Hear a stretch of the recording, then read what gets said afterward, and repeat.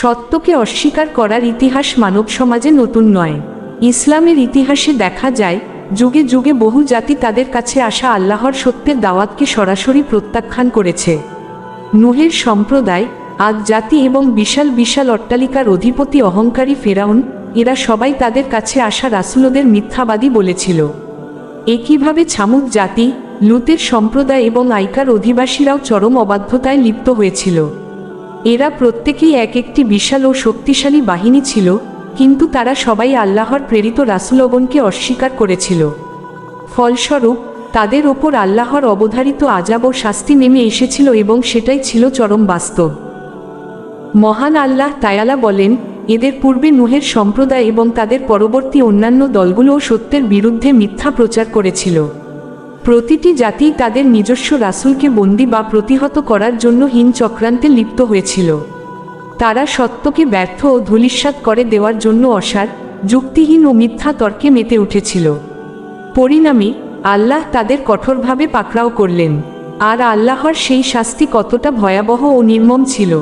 এভাবেই সত্যকে অস্বীকারী কাফেরদের ব্যাপারে আল্লাহর বাণী চূড়ান্ত সত্যে পরিণত হল যে তারা আসলেই জাহান্নামের অধিবাসী। ইসলাম কেবল শেষ নবীর দিন নয়, এটি সমস্ত নবী রাসূলদের একক দিন।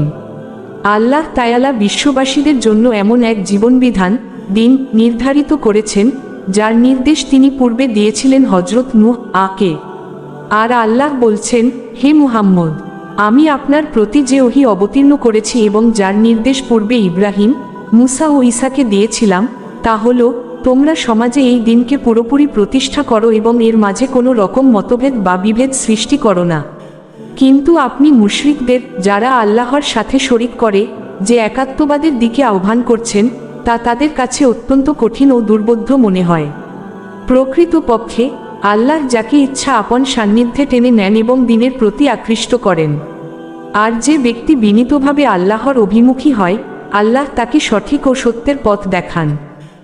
ইতিহাসের পাতায় চোখ রাখলে দেখা যায় বর্তমানের সত্য প্রত্যাখ্যানকারীদের আগেও বহু জাতি আল্লাহর নির্দেশ অমান্য করেছিল।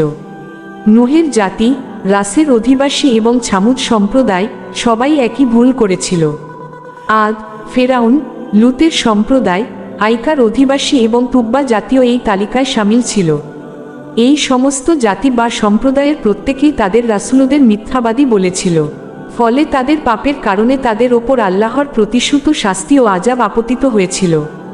মূল শিক্ষা: পূর্ববর্তী জাতিগুলোর এই করুণ ইতিহাস থেকে শিক্ষা নিয়ে মানুষের উচিত অহংকার ও অবাধ্যতা পরিহার করে সত্যের পথে চলা।